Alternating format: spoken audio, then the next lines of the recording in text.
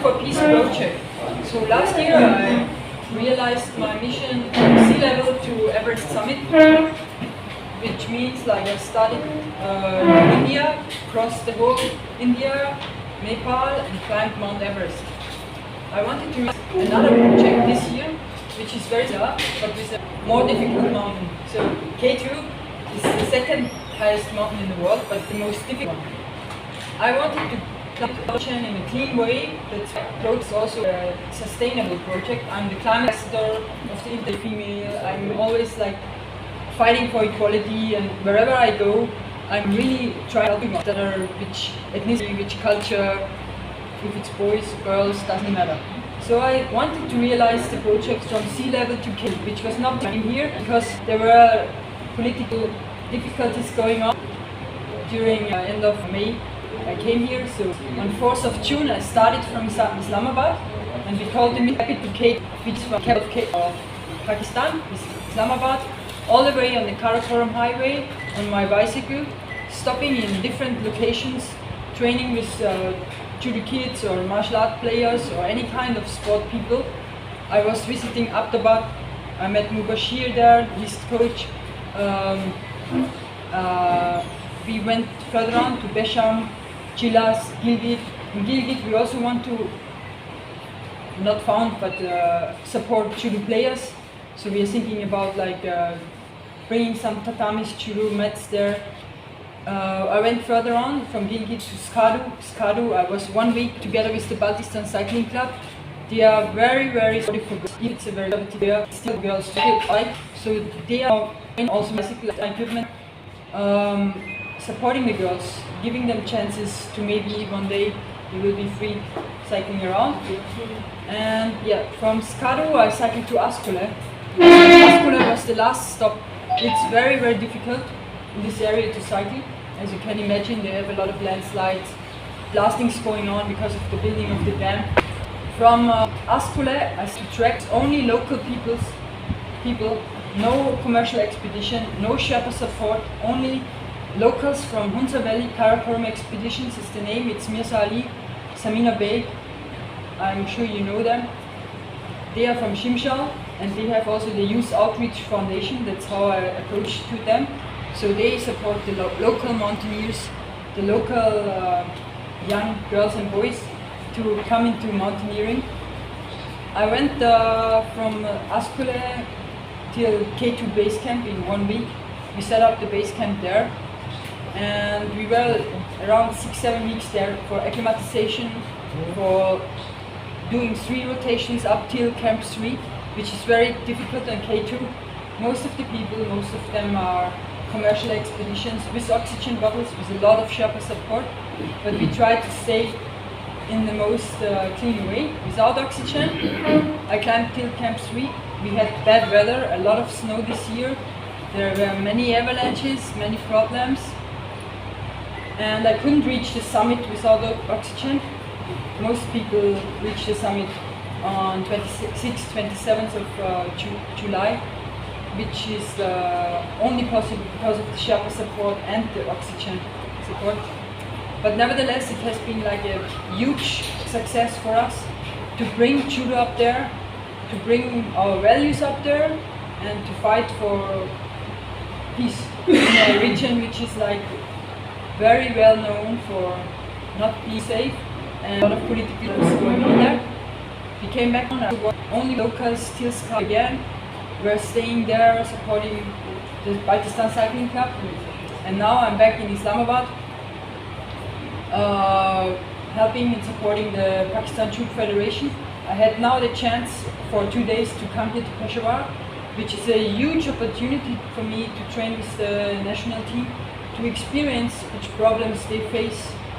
I have a very good friend, Masood, who was explaining me everything in detail, and I'm very lucky to have the chance to work with girls and boys on one tatami. They train together, they eat together, everything what they share about their athletes' experience, they can speak about it easily. So that's how it should work in all over Pakistan. You have your experience in competitions and trainings. In judo, it's a martial art contact sport, you need your training partner. That's why you train together. That's very important thing. Yeah, I have had the first training session today morning, and I was very impressed about the technical skills. I was also impressed how they work, how disciplined they are. Very important in judo. You learn about culture, ethnicity very quickly if you approach them open-minded. They are open-minded, I'm open-minded, so it was no problem at all. I was always feeling in a very safe place, full of hospitality, and I'm very lucky to be here. I'm sure you have some questions, you can ask me any kind of questions. I just wanted to short the whole project in a very summary. Do you think there is a talent in Pakistan about judo games? Sorry, again? Do you think there is a talent in Pakistan? Oh, there is a huge talent. Not only you have many different ethnicities, you have different cultures, yes, and a lot of problems. But for example, just in the area I was, there are people living in villages at 3,000 meters. So you have to think about this scientifically. They have double the red blood cells than people living in Islamabad or Peshawar or the Karachi. So those are already athletes. You have to pick and train them in any kind of sport, and you will get for sure extreme mountain runners, good athletes on the athletics, cyclists, perfect in endurance and conditions, but also you can put this knowledge and healthy living in different kinds of sport like judo, karate, taekwondo, whatever kind, even if it's an Olympic sport or not, but you have to support them with knowledge, with education, with coaches who know about how difficult it is to reach such a level. Otherwise they will be always average. Or if you don't give the girls the opportunity to train, to perform, to let them do what they want, it's not possible to have good athletes. Dr. Sabira, you visit different parts of Pakistan. So, you know the play. What is the future of judo, especially the girls play? Do you know they have talent? If I understand you right, I think it all depends on the support. It all depends on the community, which gives them the chance to do something. I know it's not easy to have a girl which wants to play judo and which wants to fight in competitions or trainings. Maybe she doesn't have the family support. So that's the main problem at first. Because I also experience right now, which is very, very mind-changing for myself, there are a lot of girls here, they already have children. So it's very difficult to have a family and to be a world-class athlete. But if you get the family support and they help together with the parents, the sister and brothers, she's able to train. So today in the morning at breakfast we had one girl, she had her baby with her, but still she's training on the tatami. So there are many different solutions, but we have to seek for them, and if you're able to get support from the boys, from the coaches, from the family, then you can achieve some dreams and some goals and some visions. It's not one alone who has a vision and then it happens.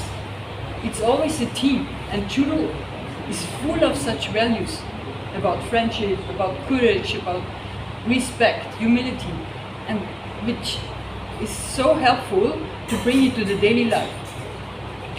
Compared to your country, Pakistan is a poor country, and we have less resources. So what you suggest for the players, especially for in judo who are playing here? Yeah, I just spoke to the Director General. It's for sure about infrastructure, but it's not all about the infrastructure, because you have infrastructure already, but you have to use it in the right way.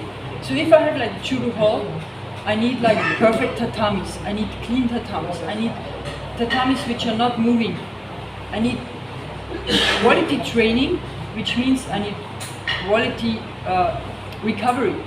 So I need a lot of rest. I need to set the times of the training in the early morning, not during the day, because it's too hot here. It's impossible to to do a very strong training at lunchtime. So you have to train and start very early, which they do, right? But afterwards, you have to take care about your body, which means that you have to rest your mind, you have to rest your body. You need physiotherapists, you need a massage, you need taking care about the injuries. This is all knowledge, science, which you are able to study. Sit down in the books and read about it. It's everywhere online. The coaches can study daily, also the athletes. A good athlete is one who has like a smart brain and studies each day. Tell us about the trip you travel throughout from Islamabad to Skardu. How did you find the people and the places different? And especially, what should we call you? A judo player, a doctor, a cyclist, a mountaineer? What is you have different dimensions, police person. multi-dimensional personality you have. So, how did you find the people, and especially the people usually avoid to visit Pakistan? You are in Pakistan. How did you find this place? Especially, is this safe for you and all the other people? First of all, I have to mention when I came here, I've never been here. I heard about the country, and the problem was, like I was talking before, I wanted to start from sea level. I was very determined to do it. I had like multiple discussions with the embassy, the Austrian embassy, multiple discussions with the president of the International Judo Federation and the Pakistan Judo Federation about safety, about security. So they say it's not possible, you cannot do it. And I said, if I want to do it, I have to go to the limit, yes, but if it's not possible, I have to start from Islamabad. So I did it from Islamabad, which was no problem. I was welcomed very well, full of like luck to have such support, because we had a press conference there, people were welcoming me in the military, in the police, wherever I go. But one thing, nobody is calling me on the tatami like doctor or pilot or army or police. It doesn't matter.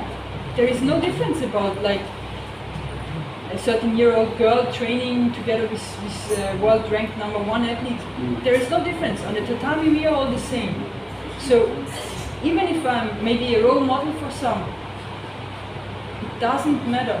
You can call me whatever you want, but Sepsi. Sabzi Sabzi is your Sabzi is my nickname. nickname and it means vegetable. I know.